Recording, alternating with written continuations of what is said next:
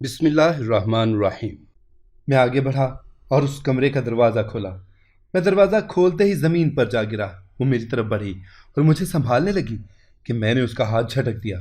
وہ رہانسی سی ہو کر میرا منہ دیکھنے لگی۔ آج اس کے صبر کا بند ٹوٹ گیا تھا۔ اس نے آج مجھے اپنی کہانی سنائی، جس کو سن کر مجھے اپنی رگوں میں خون جمتا ہوا محسوس ہوا۔ وہ بھی حیران تھی کہ میری حالت غیر کیوں ہونے لگی تھی۔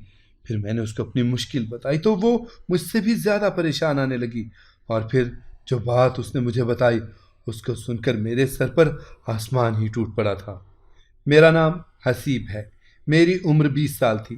میری ایک بہن تھی اور ہم 4 لوگوں کا ایک چھوٹا سا خاندان تھا۔ میرے بابا ڈاکٹر تھے۔ ہم دونوں بہن بھائی یونیورسٹی میں پڑھتے تھے اور میری زندگی میں سب کچھ ٹھیک تھا جب مجھے ایک ماہرو نامی لڑکی سے محبت ہو گئی۔ وہ بھی میری یونیورسٹی میں پڑھتی تھی اور بلا کی حسین تھی۔ وہ بھی مجھ میں دلچسپی لینے لگی۔ پہلے ہماری دوستی ہوئی اور پھر وہ دوستی محبت میں بدل گئی۔ ہم دونوں ساتھ تھے، خوش تھے۔ میں اس کا ہر طرح سے خیال رکھتا تھا، اس کی ہر ضرورت پوری کرتا تھا۔ مجھے ہمیشہ ڈر لگا رہتا تھا کہ کہیں ہم جدا نہ ہو جائیں۔ اس لیے میں نے اس سے بات کی کہ ہم ہمارے گھر والوں سے بات کرتے ہیں اور ابھی کے لیے ہمارا اگر نکاح ہو جائے تو مناسب رہے گا۔ شادی ہم میری نوکری لگنے کے بعد کر لیں گے۔ میری یہ بات کرنے کی دیر تھی کہ وہ مجھ سے کچھ کھچی کھچی سی رہنے لگی۔ کبھی وہ میری کال کا جواب نہیں دیتی تھی تو کبھی میسج کا کہتی تھی کہ وہ مصروف تھی۔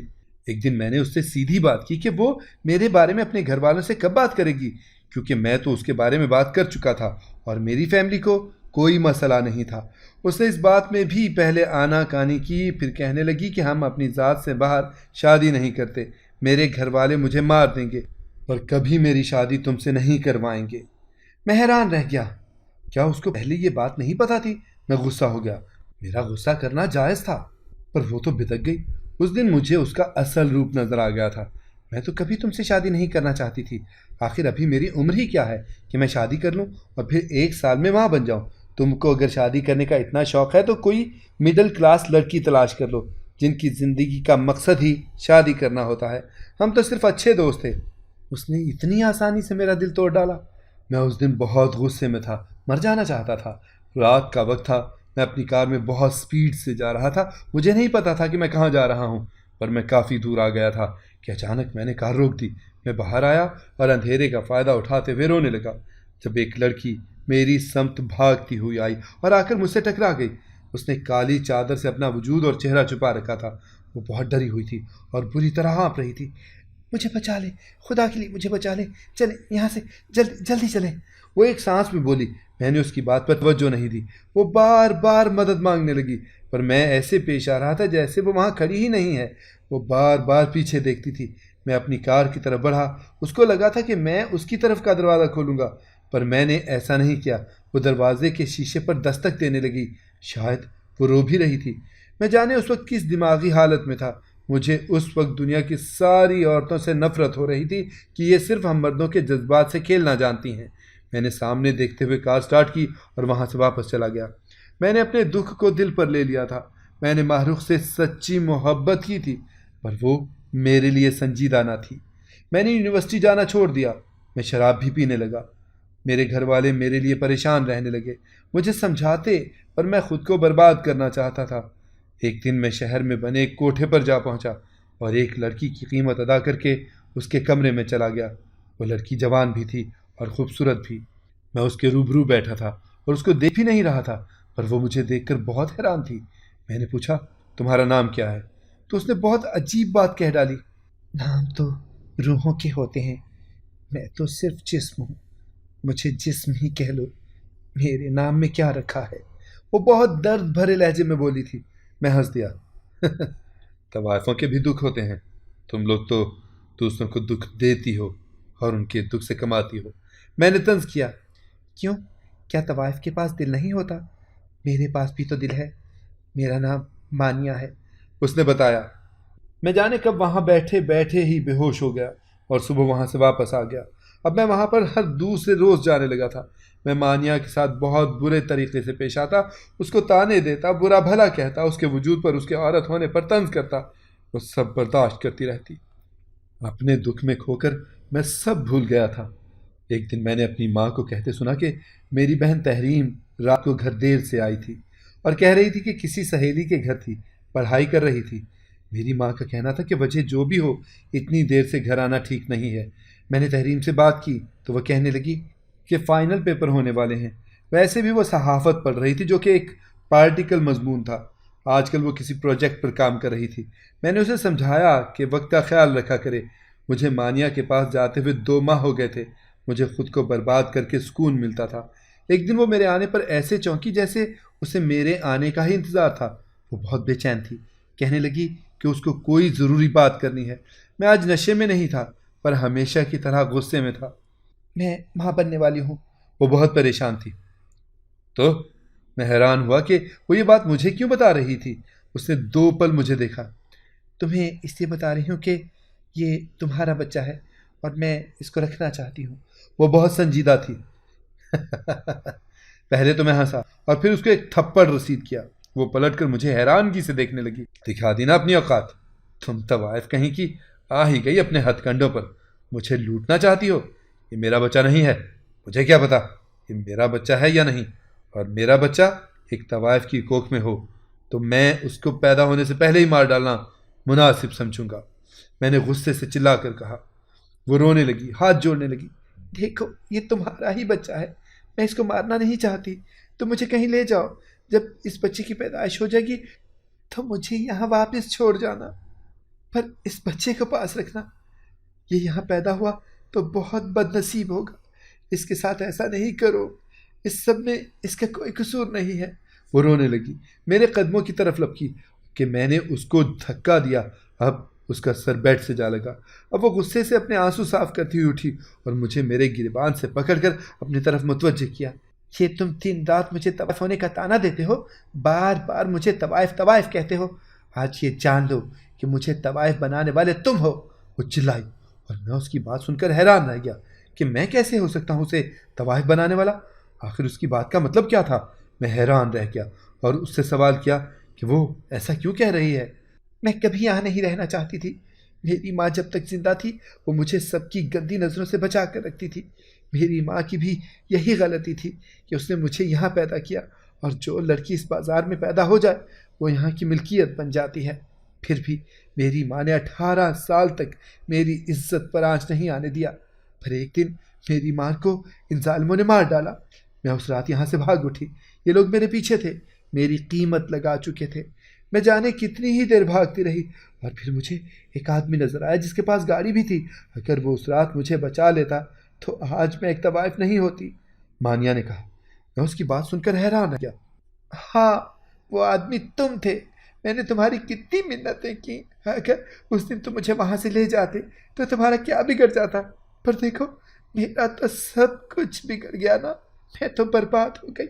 اور اب اگر میں نے ایک بچی کو جنم دیا تو اس کے ساتھ بھی یہی سب ہوگا جو میرے ساتھ ہوا ہے۔ پھر میری بد دعا ہے کہ تم کو اپنے کیے کی سزا ضرور ملے، تم بھی کبھی خوش نہیں رہو گے۔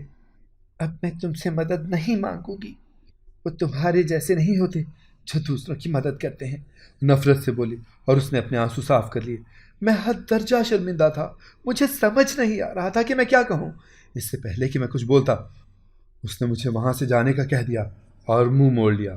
میں وہاں سے نکلا اور سر جھکائے جا رہا تھا کہ سامنے کا منظر دیکھ کر میرے قدموں تلے سے زمین نکل گئی۔ میرا وجود کانپنے لگا اور آنکھیں پھٹی کی پھٹی رہ گئیں۔ سامنے کے کمرے سے میری بہن تحریم، میری بہن کسی لڑکے کا ہاتھ تھامے نکل رہی تھی۔ اس نے بھی مجھے دیکھ لیا اور اسی لڑکے کے ساتھ وہاں سے بھاگ اٹھی۔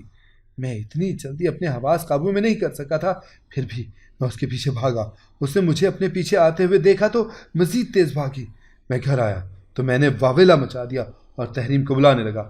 وہ وہاں ایسے آئی جیسے سب نارمل ہے۔ میں اس پر ہاتھ اٹھانے اس کی طرف لپکا کہ میرے بابا نے مجھے روک دیا۔ میں پاگل ہو چکا تھا۔ میں چلانے لگا کہ پوچھیں اس سے یہ کہاں تھی۔ تحریم میرے سامنے مکر گئی کہ وہ تو اپنی دوست کے گھر تھی۔ میں حیران و ششدر رہ گیا۔ میں بتانے لگا کہ وہ کہاں تھی تو بابا نے مجھے ڈانٹنا شروع کر دیا، الٹا مجھ سے سوال کرنے لگے کہ میں ایسی جگہ کیا کر رہا تھا۔ میں لاجواب ہو گیا۔ تحریم وہاں سے چلی گئی اور دوبارہ میرے روبرو نہیں آئی کیونکہ وہ جانتی تھی کہ اس کے دل میں چور تھا۔ میں اس پر نظر رکھنے لگا پر وہ بہت محتاط ہو گئی تھی۔ میں یہ سوچ کر ہی کام جاتا تھا کہ میری بہن اس گندی جگہ پر کسی غیر مرد کے ساتھ کیا کر رہی تھی۔ میں دن رات اذیت میں رہنے لگا۔ میں نے تحریم کو ایک دو بار پھر اس لڑکے کے ساتھ دیکھا۔ شاید مجھے مانیہ کی بد دعا لگ گئی تھی۔ میں نے اس سے معافی مانگنے کا سوچا، پر میں خود میں اتنی ہمت پیدا نہیں کر پا رہا تھا، پر کسی طرح وہاں چلا گیا۔ میں آگے بڑھا اور اس کمرے کا دروازہ کھولا۔ میں دروازہ کھولتے ہی زمین پر جا گرا۔ وہ میری طرف بڑھی اور مجھے سنبھالنے لگی کہ میں نے اس کا ہاتھ جھٹک دیا۔ وہ روحانسی سی ہو کر میرا منہ دیکھنے لگی۔ آج اس کے صبر کا بند ٹوٹ گیا تھا۔